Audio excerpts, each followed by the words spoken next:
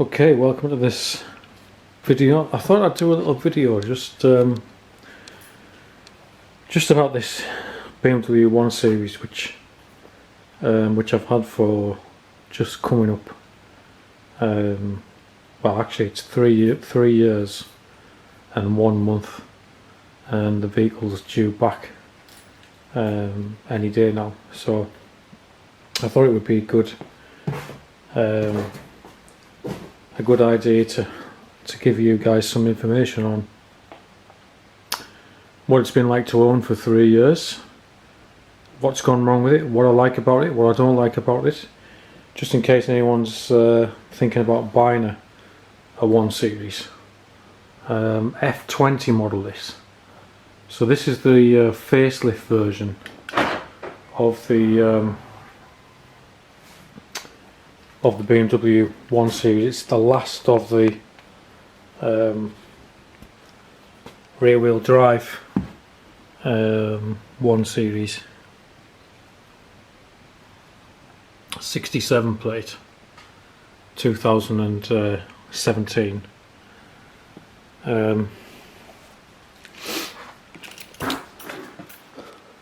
M Sport, as you can see from the side decals. On the M Sport you get the M Sport's alloy wheels as standard, 18s, different size tyre at the back, a wider tyre at the back. You get the LED, full LED headlamps. They're amazing, those headlamps. It's the first time I've had a car with LED headlamps, and an unbelievable difference they make to nighttime driving. They have the nice angel eyes as well, or that they're commonly known as. You can see there, lovely bright daytime running lights and welcome lights. When you unlock the car, they come on. With it being the M Sport, you get these this bumper which has the big air intakes and the LED fog lamps as well. What else? So the vehicle didn't come with privacy glass on the back as standard, so I ended up getting that installed because I just think it makes a big difference to the security and the looks of the vehicle as well. So I had the back end done in privacy glass. It was quite surprising actually that some of the features that were not standard on this car. This back in 2017, this car was like I say, it was the runner. It's the last version of the rear wheel drive 1 Series, the F20. And back then, BMW was still a little bit tight on the options. So basically, if you wanted things like privacy glass, if you wanted rear parking sensors and things like that, you had to tick a box for the upgrades. And at the time, that wasn't possible for me to do on this vehicle. But so yeah, there was some features on this car that I was surprised didn't come as standard. It did get some, because it's the M Sport, it does have some nice features though. The seats have this quite nice cross stitching, and they have the half Alcantara as well, which is like a suede effect. The steering wheel is M Sport, so you get the nice 3-spoke steering wheel, and obviously the M Sport gear selector as well. This is a manual obviously, which I chose. What else? It comes with, again, it has the sensor in the windscreen, which so you've got the automatic wipers, rain sensing wipers on this model as well. The mirrors don't fold electrically. You have to fold these manually, which is a bit of a nuisance sometimes. They are electrically adjustable though on the glass. All 4 windows electric, obviously. So yeah, it's been a lovely car to own, to be fair.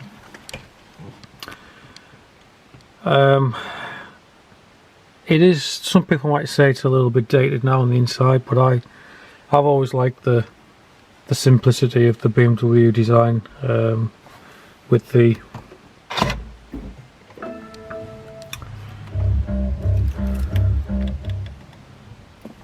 way that they laid out the dashboard on this one was very German, very functional.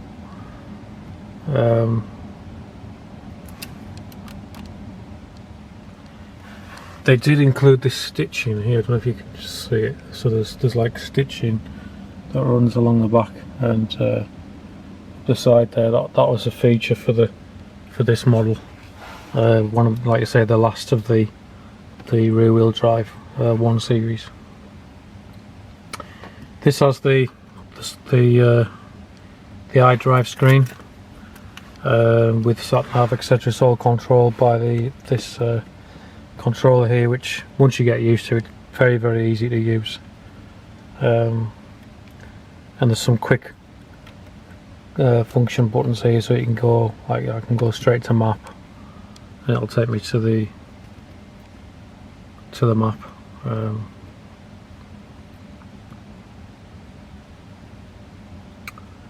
And also if I want to go straight to the media, I can get into the media that way as well.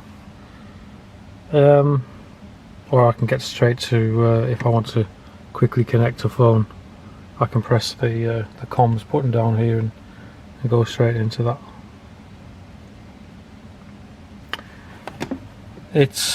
This model is a 2-litre diesel, so it's the 120D. I ended up getting this, just show you at the back.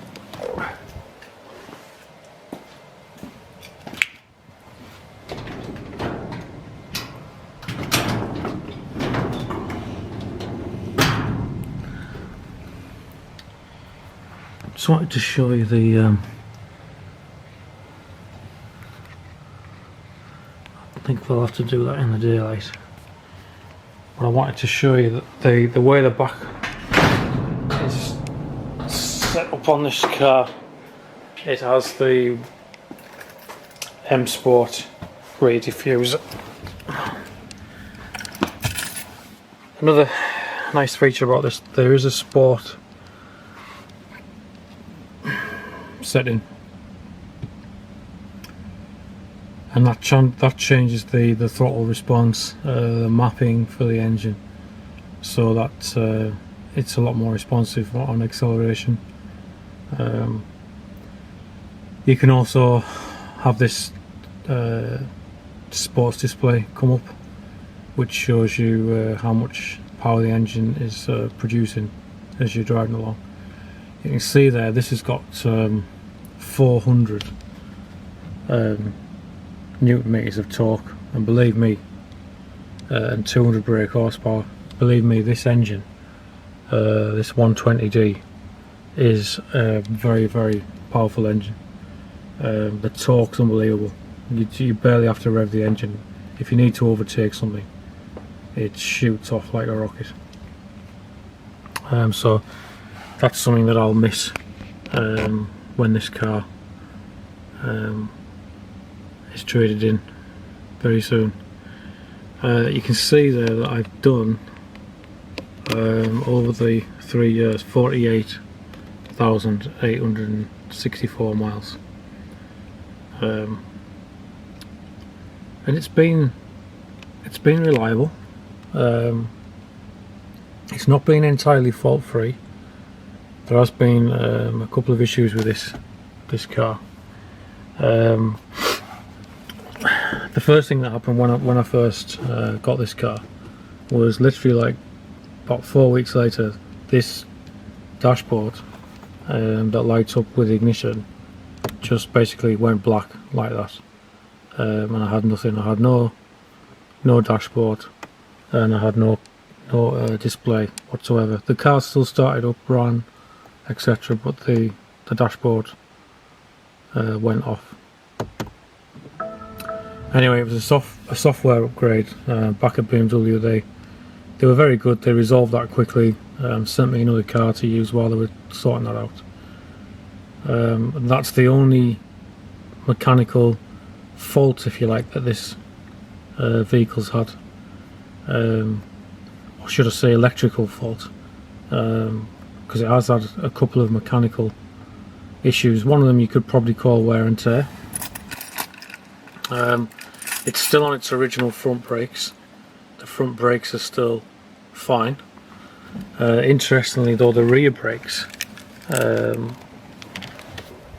actually were just replaced a few weeks ago. So I ended up getting brand new rear pads and brand new brake discs on the back.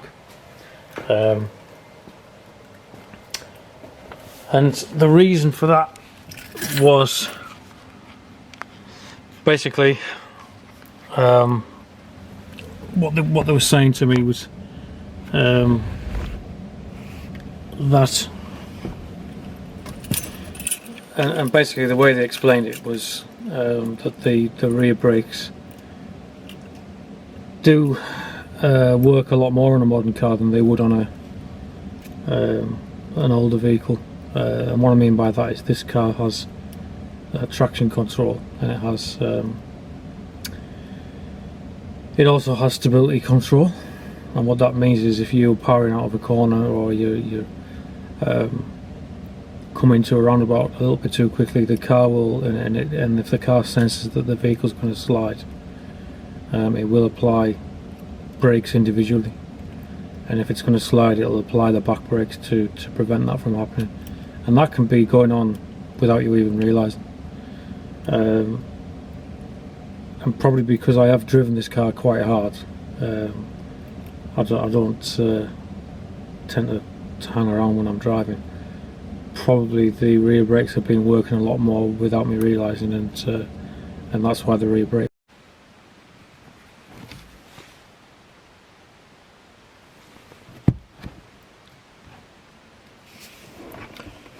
So yeah, that's why the rear brakes have worn out faster than the front, which is, if you know anything about cars, it is unusual that normally the front brakes will, because obviously normally a lot more braking takes place on the front. It's normally a 60-40 braking distribution, but on these modern cars now that can vary depending on whether the vehicle senses slippage from the tyres. Very clever, but like I say, it led to the rear brake pads wearing out faster than the front. It actually wore the pads right down to the metal on the outside pad, which surprised me. Anyway, what else can I tell you about this car? Well, let me tell you some of the things that I've really liked about this car.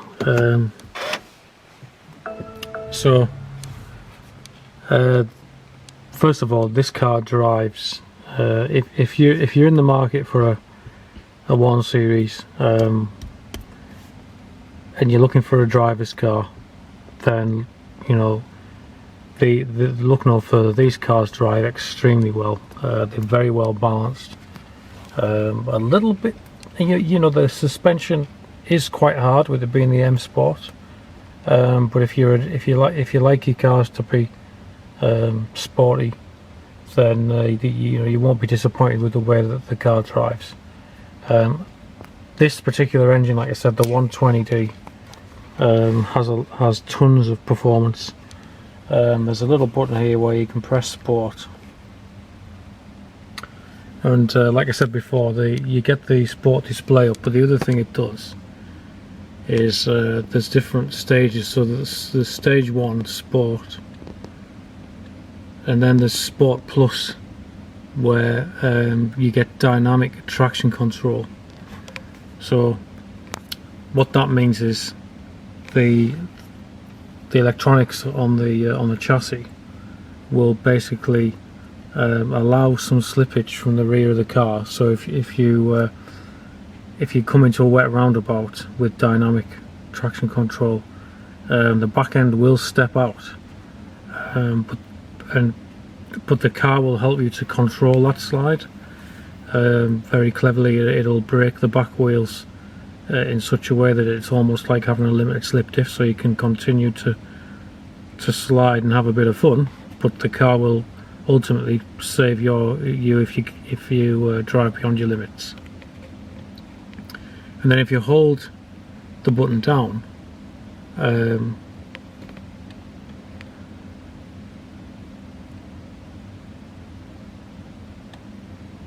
then goes into Sport Plus, and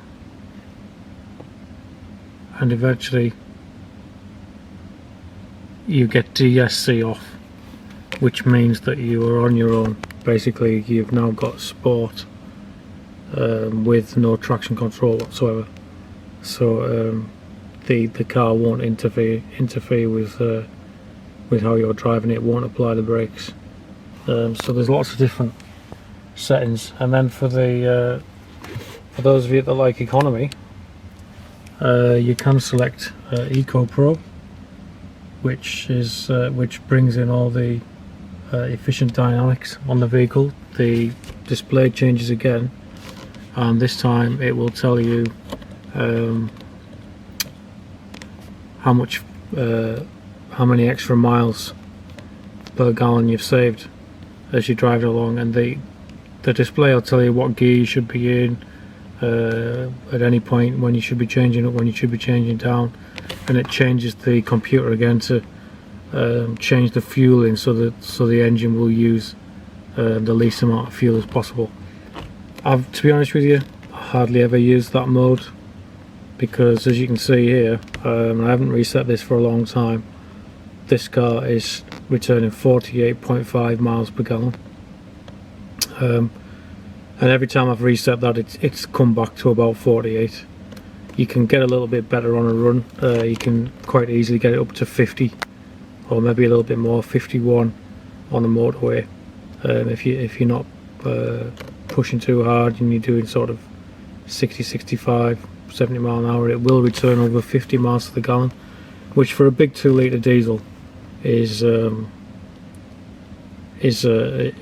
good economy. Although I must admit, my next car that I've ordered, I'm not saying what it is at the moment because I'll do another video when that turns up, but basically the next car that I've ordered, I'm going back to petrol, because petrol engines now are a lot more efficient than they used to be, and I'm expecting to get a similar MPG.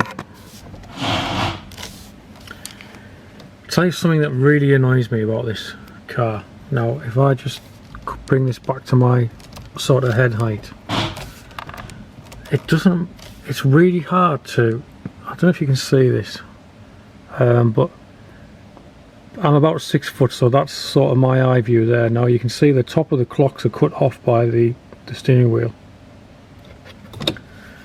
So then if I adjust the steering wheel up to its maximum height,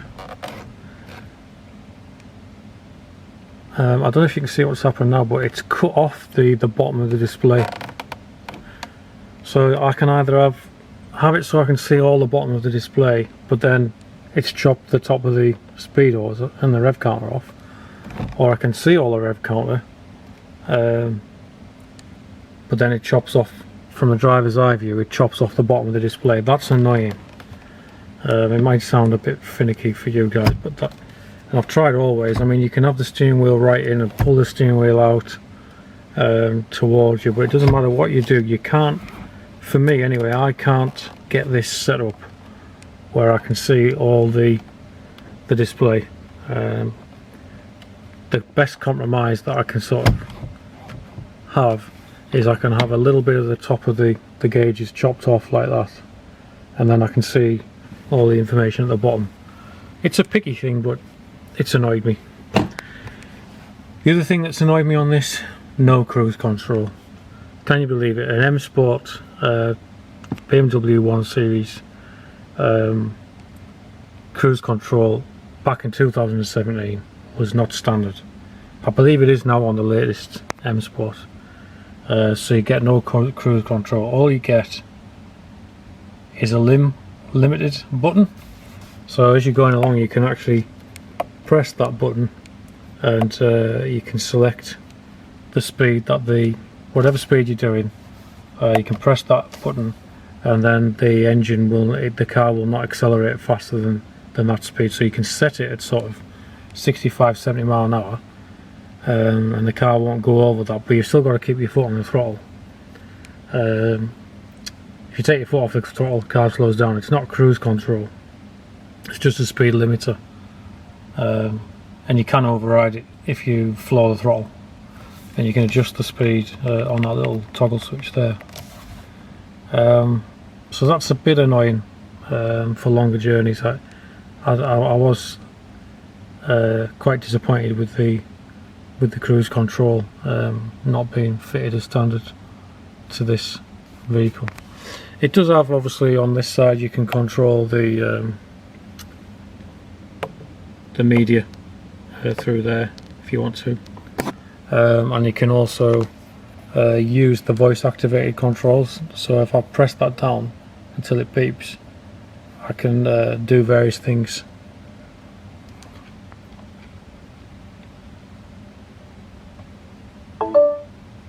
Maps. Map. Call. Sorry, I didn't quite hear that.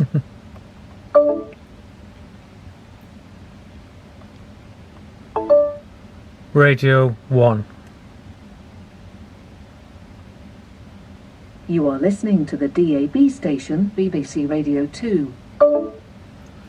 Yeah, it's a little bit clunky at times, but you can use it to dial up people from your phone book.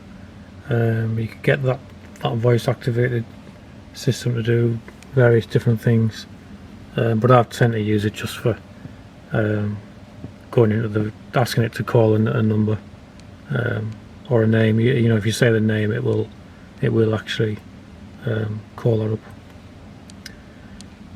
You'll notice there from the driver's seat you can't see the start stop button. Another weird thing. You've got to put your head to the side, and there's the actual ignition switch there. So it's keyless, so basically as long as the key's in the car or within the vicinity of the car, you can turn the ignition on and off. But you can see there you can't see, because of the indicator stuff, you can't see the ignition switch, which is another slightly annoying thing, but obviously you get used to where that is fairly quickly.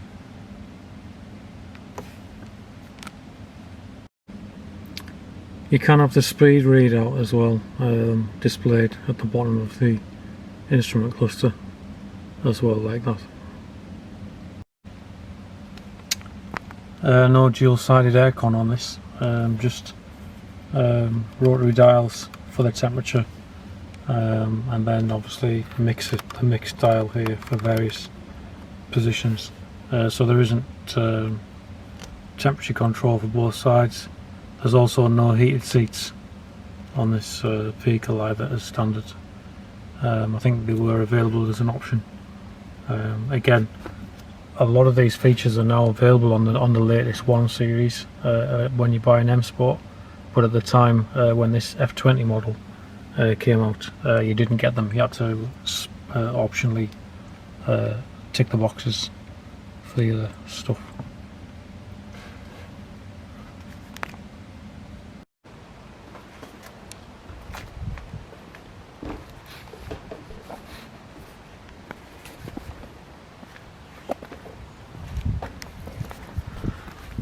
So you can see the rear diffuser there, which is part of the M Sport, and you get, with this being a 20D, there's the two tailpipes.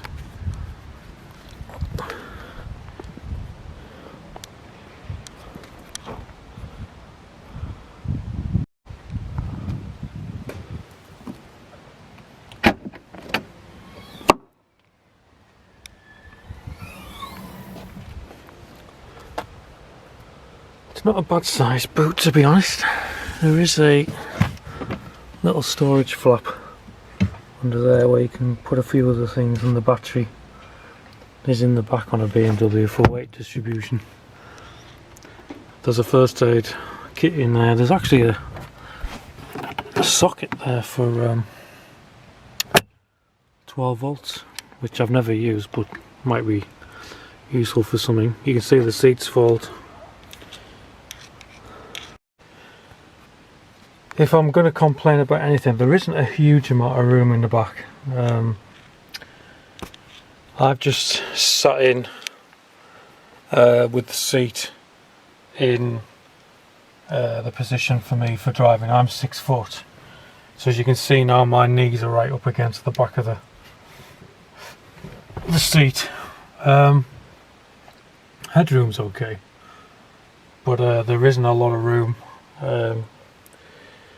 in the back, and it's quite difficult as well to get a third passenger in as well because of the power bulge of the transmission tunnel. It's got the seat folded down at the moment because I picked something up from the shop. Yeah, I mean, so not a huge amount of room in the back, but overall it's a comfy car to be in. I guess if the driver moved the seat forward a little bit, there'd be a bit more room, but they are known, these, for being a bit cramped in the back, the 1 Series.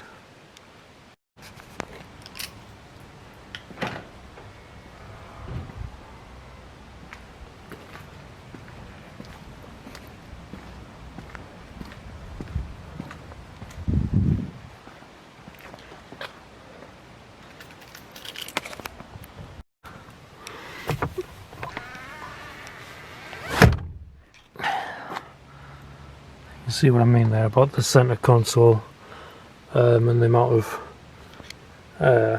space that transmission tunnel takes out of the back. You can see there's a little bit cramped. You get a little power socket in the middle, which I've never used, no one's ever used. A couple of storage nets. Let's see, you get this fancy stitching on the seats. There's something else I spotted in the front as well.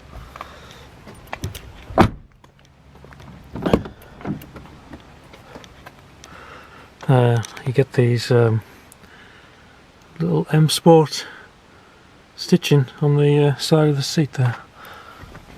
Oh, it's the same on that one as well. Yeah.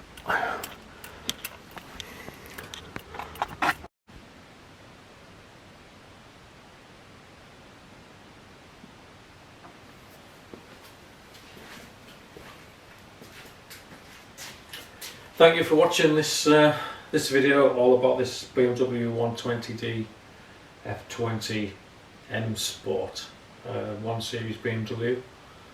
A couple of things I forgot to mention. The original tyres, which were Michelin tyres, they lasted for 37,000 miles, which so a big shout out to Michelin. They obviously do a good job with the tyres.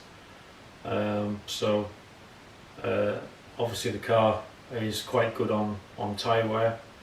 The only other fault that I forgot to mention is there was an oil leak from the rear differential drive shaft oil seal, so that got replaced under warranty just a few weeks ago. Apart from that, if you're thinking of buying one of these, I'd say go for it.